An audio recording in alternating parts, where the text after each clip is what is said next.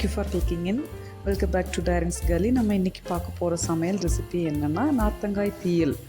நார்த்தங்காய் இது vitamin C அதிகமாக இருக்கக்கூடிய ஒரு காய் தான். இது இம்யூனிட்டியை ரொம்ப பூஸ்ட் பண்ணக்கூடியது.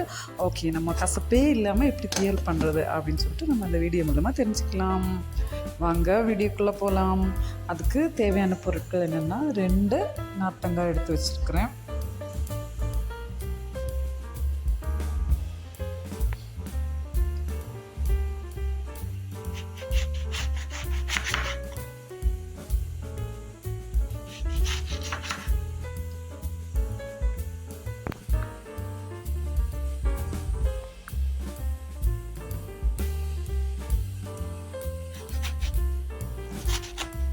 குட்டி குட்டியாக கட் பண்ணி எடுத்துக்கலாம்.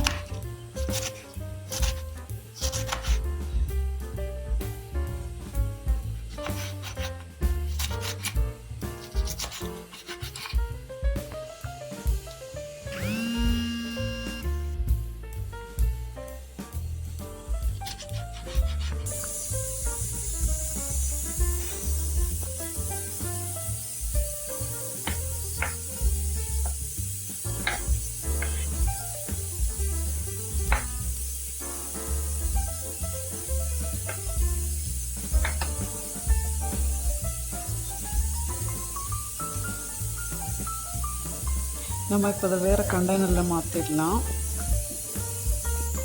அப்புறம் இது கூட 2 கப்பு தண்ணி சேர்த்துக்கலாம். மூழ்கிற அளவு தண்ணி சேர்த்துக்கிட்டா போதும். அப்புறம் நம்ம ஸ்டவ்வில் மீடியம் ஃப்ளேமில் வச்சு வேக விடலாம். தேவையான அளவு உப்பு சேர்த்துக்கலாம்.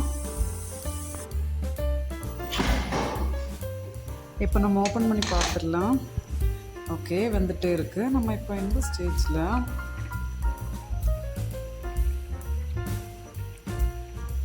1 டேபிள் ஸ்பூன் மிளகாய் பொடி சேர்த்துக்கலாம். கலந்து விட்டுக்கலாம்.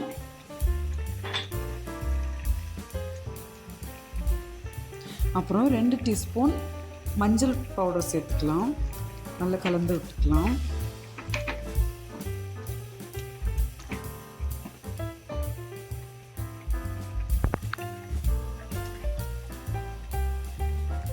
அப்புறம் இதில் இருக்கிற கசப்பை ஈக்குவலைஸ் பண்ணுறதுக்காக 2 டேபிள் ஸ்பூன் சர்க்கரை சேர்த்துக்கலாம். நான் நாட்டு சர்க்கரை சேர்த்துக்கிறேன்.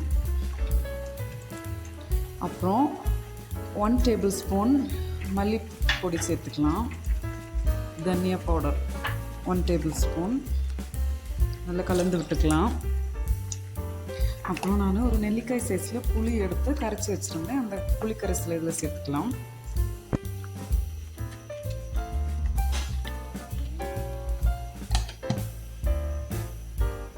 அவ்வளோதான், மூடி போட்டு வேக விடலாம்.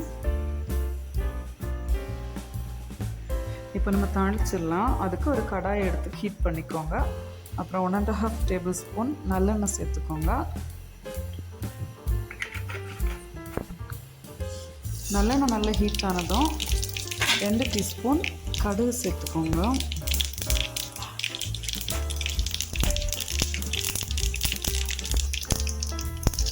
கடுகு நல்லா பொரிஞ்சதும் வெடிச்சதும் 3 காஞ்ச மிளகாய் சேர்த்துக்கிறேன். கூடவே கருவேப்பிலை 2 கொத்து கருவேப்பிலை சேர்த்துக்கிறேன். அவ்வளோதான். நம்மளோட தீயல் எப்படி இருக்குதுன்னு பார்த்துக்கலாம். பாருங்கள், அழகாக ரெடியாக இருக்குது. நம்ம தாளிச்சதை இது கூட கொட்டிடலாம்.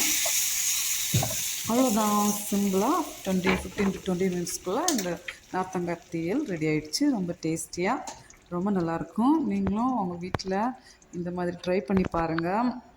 பிடிச்சிருந்துச்சுன்னா கமெண்ட் பண்ணுங்கள், சப்ஸ்கிரைப் பண்ணுங்கள், லைக் பண்ணுங்கள், ஷேர் பண்ணுங்கள். இவ்வளோ நேரம் பொறுமையாக வாட்ச் பண்ணதுக்கு ரொம்ப thanks. Bye bye, see you.